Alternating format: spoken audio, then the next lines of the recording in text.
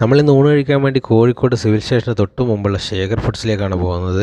നമ്മൾ ഒരുപാട് വീഡിയോസിലൊക്കെ കണ്ട ഹോട്ടലാണിത്. അതുകൊണ്ട് തന്നെ നല്ല തിരക്കുള്ള ഹോട്ടലാണ്. ഉച്ചക്കൊക്കെ വന്നാൽ നമ്മൾ ക്യൂ നിൽക്കേണ്ടി വരും നമുക്ക് സീറ്റ് കിട്ടാൻ വേണ്ടിയിട്ട്. അപ്പോൾ നമുക്ക് എങ്ങനെയൊക്കെ കൂടി ഒരു സീറ്റൊക്കെ കിട്ടിയിട്ടുണ്ട്. നമുക്ക് ഒരുമിച്ചൊക്കെ വന്ന് കഴിക്കാനൊക്കെ ഭയങ്കര ബുദ്ധിമുട്ടായിരിക്കും. സിംഗിളായിട്ടൊക്കെ വന്നാലേ കഴിക്കാനുള്ളൂ.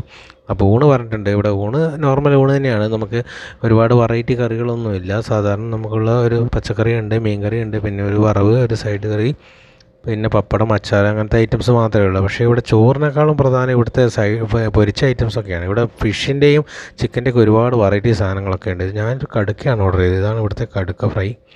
പിന്നെ ഒരു നാടൻ ബീഫ് റോസ്റ്റും കൂടി ഓർഡർ ചെയ്തിട്ടുണ്ട്. കൂടെ ഒരു അയില പൊരിച്ചതും കൂടി ഓർഡർ ചെയ്തിട്ടുണ്ട്. 150 രൂപയാണ് ഈ ബീഫ് റോസ്റ്റിനും കടുക്ക പൊരിച്ചതിനൊക്കെ വില വരുന്നത്. അയിലക്ക് 60 രൂപയാണ് വരുന്നത്. ചോറിന് 50 രൂപയാണ് വരുന്നത്.